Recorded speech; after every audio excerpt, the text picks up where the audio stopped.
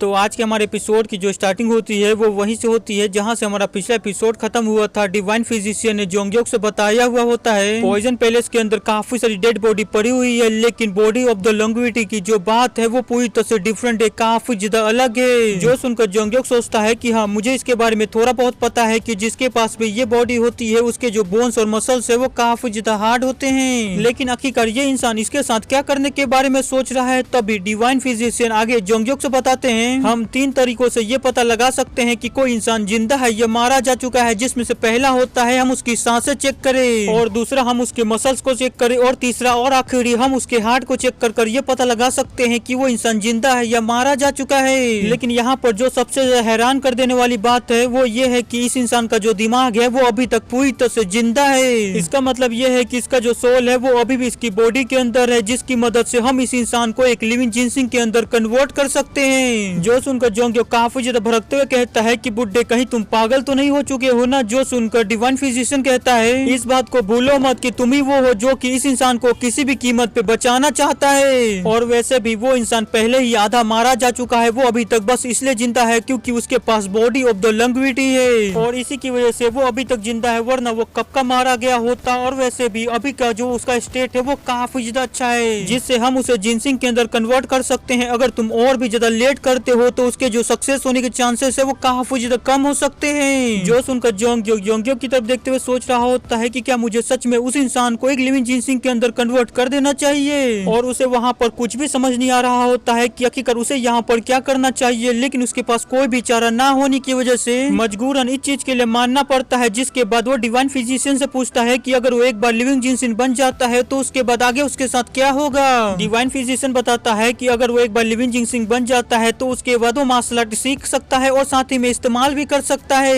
लेकिन उसकी जो बॉडी रहेगी वो पहले ही मारी जा चुकी रहेगी, तो ना वो खा सकता है ना आगे के कुछ काम कर सकता है, और साथ ही में वो नॉर्मली मूव कर सकता है जैसा कि उसका मास्टर उसे ऑर्डर देगा और करने को कहेगा। और हम काफी ज्यादा लकी रहे तो उसके पास खुद की सोच और फीलिंग्स भी रहेंगी। जो सुनकर हम देखते हैं कि जोंगयोक को वहाँ पर काफी ज्यादा गुस्सा आता है। वो डिवाइन फिजिशियन के ऊपर चिल्लाते हुए कहता है कि क्या तुम मुझसे कोई मजाक कर रहे हो। तभी डिवाइन फिजिशियन भी जोंगयोक के ऊपर चिल्लाते हुए कहता है आखिरकार तुम्हें और क्या चाहिए, तुम्हें तो इसी बात से खुश हो जाना चाहिए, कम से कम वो इंसान जिंदा तो हो रहा है। और अगर सच में तुम्हें उस इंसान के लिए इतना ही ज्यादा बुरा लग रहा है तो जाओ तुम उस इंसान को खुद से अपने हाथों से ही मार डालो, क्योंकि उस इंसान के लिए अब मैं इससे ज्यादा और कुछ नहीं कर सकता हूँ। जो सुनकर जोंगयोक वहाँ पर काफी ज्यादा गुस्से में सोच रहा होता है कि अब मेरे पास यहाँ पर 2 ही चॉइस है, पहली तो ये कि मैं उसे अपने हाथों से ही मार दूं, और दूसरा तो ये कि मैं उसे एक लिविंग जिनसिंग के अंदर कन्वर्ट कर दूं। जिसके बाद जोंगयोक एक फ्लैशबैक याद करता है जहाँ पर जोंगयोक ने जोंगयोक से कहा होता है मुझे अब रुकने के लिए मत कहना क्योंकि अब मैं आराम करना चाहता हूँ, लेकिन सच में मैंने तुम्हें काफी ज्यादा याद किया। जो याद कर जोंगयोक कह रहा होता है कि जोंगयोक मुझे पता है जैसा ही तुम्हें ये पता चलेगा कि आखिरकार मैंने तुम्हारे साथ क्या किया है तुम मुझसे सच में काफी ज्यादा नफरत करने वाले हो। जिसके बाद जोंगयोक डिवाइन फिजिशियन से कहता है कि मैं चाहता हूँ कि उसका कोई भी मास्टर ना हो और वो खुद से ही मूव कर सके।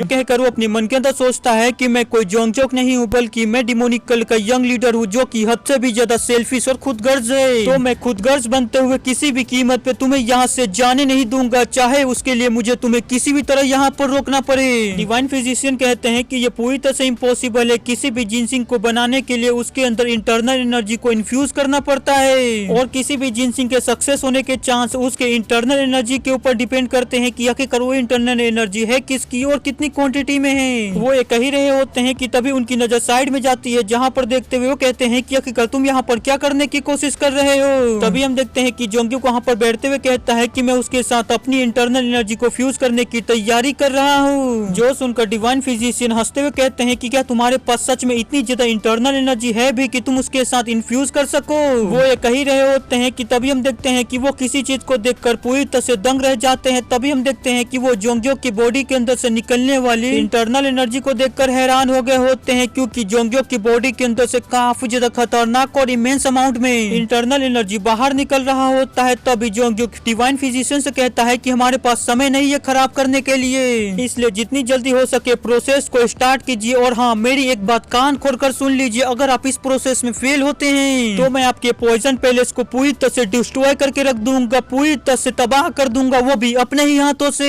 जो सुनकर डिवाइन फिजिशियन कहते हैं कि तुम्हें इस बारे में चिंता करने की कोई भी जरूरत नहीं है, इस चीज की नौबत कभी भी नहीं आएगी। जिसके बाद आगे डिवाइन फिजिशियन प्रोसेस को स्टार्ट करते हैं और जोंगयोक से बताते हैं कि तुम्हें इसके हेड को और इसके स्केलेटन को बिल्कुल भी नहीं छूना है और बिना इन दोनों को टच किए तुम्हें अपनी इंटरनल एनर्जी को इसकी बॉडी के अंदर इन्फ्यूज करना है। जो सुनकर जोंगयोक कहता है कि ठीक है मैं समझ गया। जो सुनकर डिवाइन फिजिशियन कहता है कि क्या तुम घंटा समझ गया, क्या तुम्हें ये सभी चीजें इतनी ज्यादा आसान लग रही है। वो ये कह ही रहे होते हैं कि तब तक हम देखते हैं जोंगयोक ने स्टार्ट भी कर दिया होता है अपनी इंटरनल एनर्जी को उसकी बॉडी के अंदर इन्फ्यूज करना। जो देख कर शौक होते हुए कहते हैं कि मैंने अभी तक तुम्हें करने के लिए कहा भी नहीं और तुम चालू भी हो गए। लेकिन फिर वो जाके उसकी मदद करने लगते हैं जिसके अंदर उन दोनों की जो इंटरनल एनर्जीज होती है वो काफी तेजी से एग्जॉस्ट होती जा रही होती है, खत्म होती जा रही होती है और वो दोनों लगातार इस प्रोसेस को कंटिन्यू रख रहे होते हैं और ऐसे ही करते करते रात से सुबह हो जाती है। जहाँ पर डिवाइन फिजिशियन जोंगयोक से कह रहे होते हैं कि ये इस प्रोसेस का लास्ट स्टेप है जिसे हमें काफी ज्यादा केयरफुली करना होगा, क्योंकि अगर इसके अंदर कोई भी गलती होती है तो हमारी जो इतनी देर की मेहनत है वो पूरी तरह से बर्बाद चली जाएगी। इसलिए हमें इसे काफी ज्यादा केयरफुली करना होगा। वहीं पे ये सुनकर जोंगयोक वहाँ पर काफी ज्यादा घबरा रहा होता है क्योंकि ये जो सिचुएशन होती है वो सच में काफी ज्यादा इंटेंस होती है। जिसके बाद अगले सीन में जैसे ही डिवाइन फिजिशियन जोंगयोक की सर के अंदर आखिरी नीडल लगाते हैं तो उसकी बॉडी के अंदर से काफी ज्यादा अमाउंट में कोल्ड एनर्जी बाहर निकलने लगती है जो कि उस पूरे कमरे के अंदर फैलने लगती है और उस पूरे कमरे को ही जमाने लगी होती है। जो देखकर जोंगयोक काफी ज्यादा शॉक होते हुए डिवाइन फिजिशियन से पूछता है कि आखिर ये किस तरह की इतनी ज्यादा खतरनाक कोल्ड एनर्जी है जो कि उसकी बॉडी के अंदर से बाहर निकल रही है। जो सुनकर हम देखते हैं डिवाइन फिजिशियन जोंगयोक से कहता है कि अगर मैं सच बताऊं तो मुझे भी इसके बारे में नहीं पता है। जो सुनकर जोंगयोक उसके ऊपर चिल्लाते हुए कहता है कि क्या तुम मुझसे कोई मजाक कर रहे हो, आखिरकार तुम किस तरह के डिवाइन फिजिशियन हो जो कि तुम्हें इसके बारे में भी नहीं पता है। जो सुनकर डिवाइन फिजिशियन कहते हैं कि सच में मुझे भी इसके बारे में कुछ भी नहीं पता है, यहाँ पर जो कुछ भी हो रहा है वो मेरे लिए भी पूरी तरह से नया है, मैं भी इसे पहली बार ही देख रहा हूँ। मुझे समझ नहीं आ रहा है कि आखिरकार उसकी बॉडी के अंदर से इस तरह से एनर्जी बाहर क्यों निकल रही है। उसे तो बस आंखें खोलकर जाग जाना चाहिए था, ये सभी चीजें तो यहाँ पर होनी नहीं चाहिए थी। जो सुनकर जोंगयोक कहता है कि आखिरकार तुम इसके बारे में मुझसे क्यों पूछ रहे हो, मुझे कैसे पता होगा, लेकिन मैं कसम खाता हूँ अगर तुम इसके अंदर फेल होते हो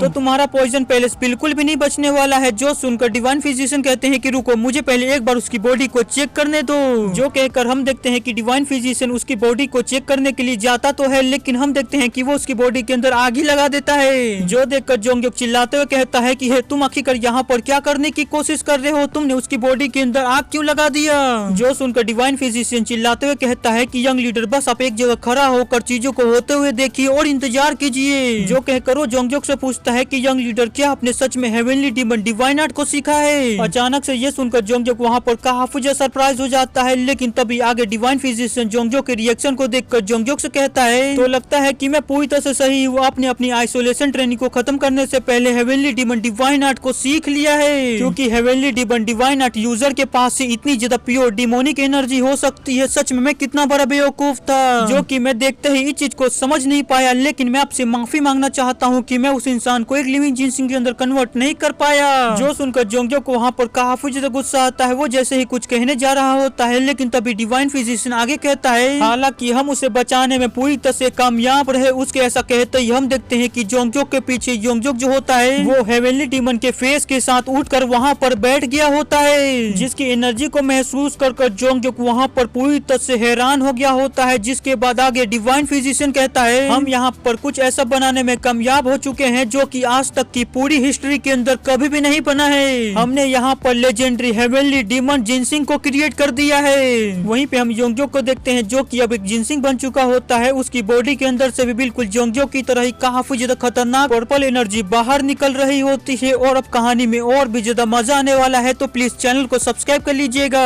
ताकि आपको और भी ज्यादा ऐसे इंटरेस्टिंग वीडियो देखने को मिल सके। और हाँ, वीडियो को लाइक कर दीजिएगा अगर पसंद आया होगा, नहीं होगा फिर भी लाइक कर दीजिएगा क्योंकि लाइक करने में कौन से पैसे लगते हैं यार। तो मिलते हैं आपसे अगले एपिसोड में, बाय।